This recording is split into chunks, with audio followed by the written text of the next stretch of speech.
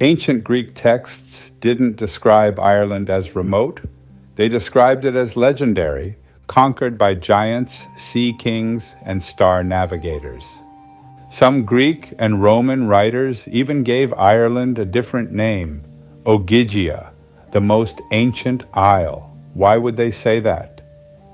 Ireland's antiquity was already recognized in classical Greek literature. Early Irish annals describe multiple waves of invasion, including accounts of giants and sea raiders arriving from the direction of North Africa. Greek and Roman writers, including Plutarch, recorded traditions linking a far western Atlantic island, identified by some with Ireland, to deep antiquity and mythic geography. Classical sources repeatedly associated this island with the name Ogygia, meaning the most ancient. The most illustrious Greek poet, Homer, in the Odyssey sings, "There is an isle, Ogygia, which lies far off in the sea. Therein dwells the fair-tressed daughter of Atlas, guileful Calypso, a dread goddess." The goddess Calypso clothed Odysseus in immortal raiment and detained him there for a period of 7 years. They are said to have produced Latinus, the ancestor of the Italians. Hesiod in the Theogony makes Calypso of a much older generation, saying that she was sprung from Ocean and Tethys. In accordance with our thesis, this would suggest that Ireland may have been a part of the empire of the primeval god, Ocean. If this were the case, then Ireland would truly be one of the most ancient of all bastions of culture and tradition. But Ireland has been conquered so very many times that one of their historical documents is simply called the Book of Invasions. If America is the modern melting pot of immigrants from around the world, then Ireland was that same melting pot for the ancient world. Keating says that the first historical name of Ireland was Inis nab Fiod Buide, which signifies the wooded isle. Homer records, "'Tis a wooded isle, and therein dwells a goddess, daughter of Atlas, of baneful mind, who knows the depth of every sea." Atlas knows the depth of every sea because he was among the greatest of all the map makers. Plutarch, in Concerning the Face, which appears in the orb of the moon, tells us that westward of Britain lies Ogygia and other islands, in one of which Cronus is confined. The sea is called the Cronian Main and is watched over by the giant Ogygius or Briareus. Later in time, Heracles came there to rekindle Greek culture, and he and Cronus received the highest honors there. Every 30 years, when the planet of Cronus, that is Saturn, enters the constellation of Taurus, some of the people of these islands go on a seafaring pilgrimage to the far west. They visit people who are holy and prophetic and spend their time among them in sacrifices and celebrations and in discourses of philosophy and astronomy. Greek traditions also tell of Apollo coming down from the north from the Hyperborean island. It is also said that there are similarities in Ireland to the sacrifices in honor of Demeter and Kor, which are celebrated in Samothrace. We do not wish to be distracted from our point with the wealth of Greek tradition about Ireland and the mysterious islands of the North Atlantic. It is enough to say that the Greeks connect Ireland with Atlas and Cronus. The invasions of Ireland. The ancient annals, the historians, and the folklore of Ireland tell us that their island was inhabited by the Fomorians, a race of Atlantic sea kings who descended from the giants of Africa.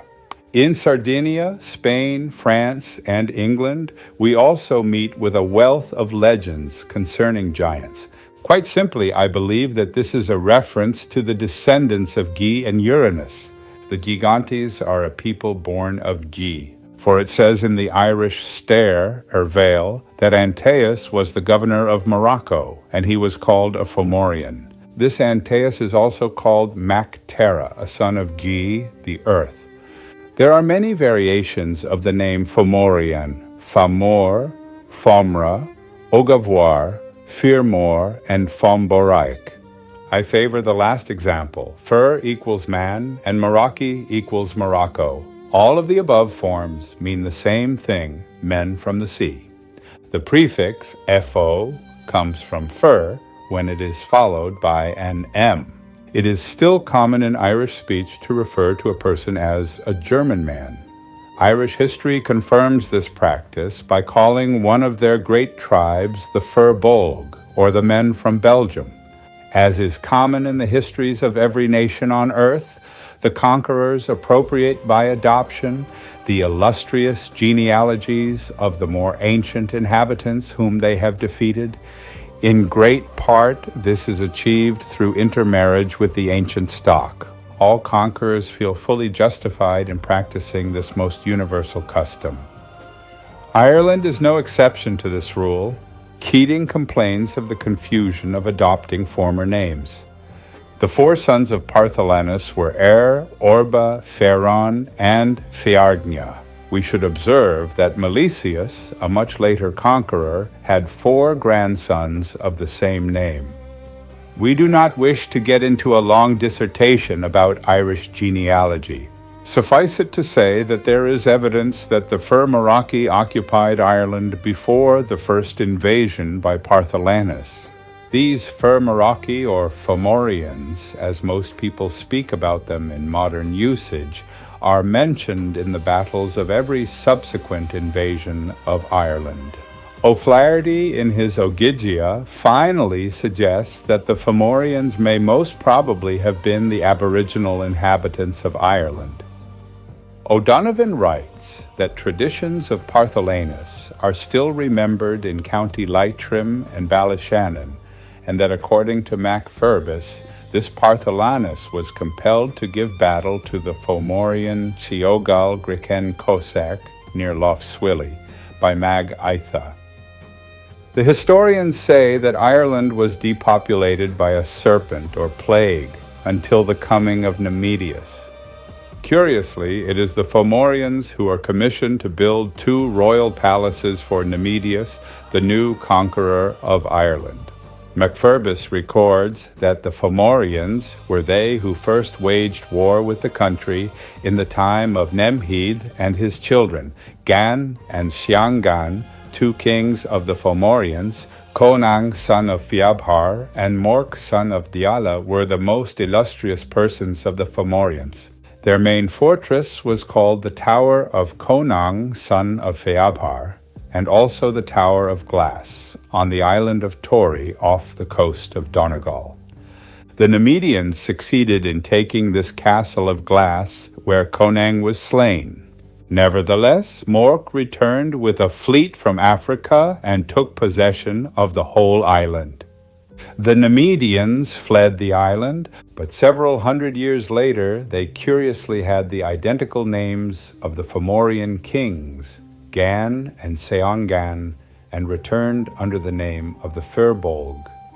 The next invasion of Ireland was by the famous Tuatha De Danann. They were renowned for their great love of music, celebrations, fables, poetry, and dancing.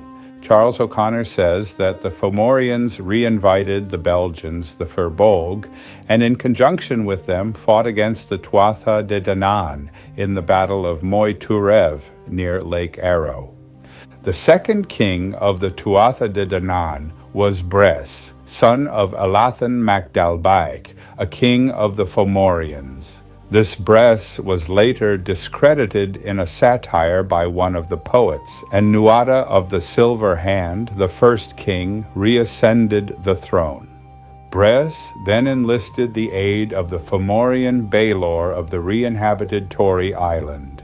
Baelor's daughter Ethlyn became the mother of the third king of the Tuatha De Danann, the renowned Luglamfada, the long-handed, also called the master of all arts. Lastly, there came an invasion of the Gadelians under the command of Miles, the king of Spain.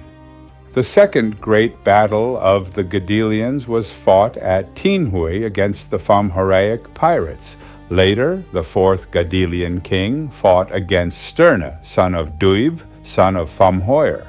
In more modern times, in 54 AD, there occurred a great uprising of the rent-payers, artisans, masons, and builders who were the remnants of the Fomorians and the formerly conquered races of Ireland. These rebels elected Cairbre Cat's Ears to the throne. This Cairbre was no less than a descendant of Labra Leongsig, whose ancestry and myth are steeped in the traditional style so particular to the Fomorians. The next rebel leader was Elim, a descendant of Fomhoir. Keating tells us that after this revolutionary monarchy was put down in 79 AD, the National Assembly decreed that all non-Milesian or non-Gadelian pedigrees became illegal in the future records of the Kingdom of Ireland.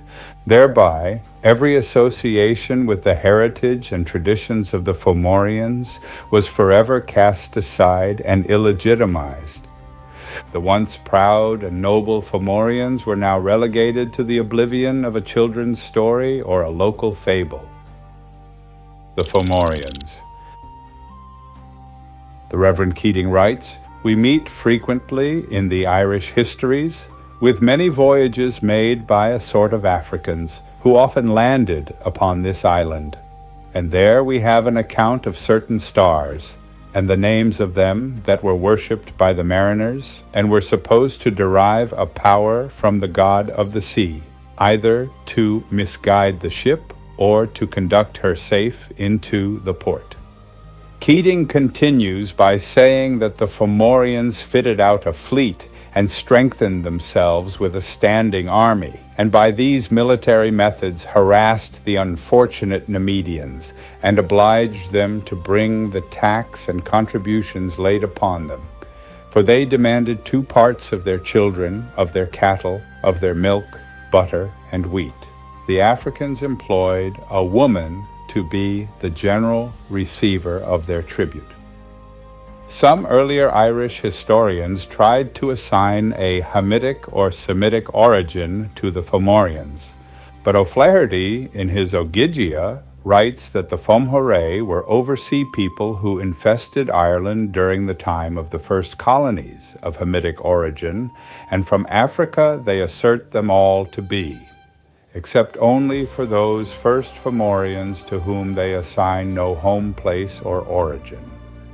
O'Flaherty also comments that some Fomorians who are called ours have come from the land of the Danes, the Swedes, and Norwegians, and he cites Sakr, the Fomorian king of Finland. In conclusion, it would seem most probable that most of the Fomorians were from Morocco in Africa, and that they stemmed from ancient Atlantic peoples. Furthermore, these Moroccans came to Brittany and Ireland and also colonized much of the North Atlantic, including the Scandinavian coastlands. It would seem that later in time the name Fomorian came to be applied to all pirates or raiders from the lands of the Northmen.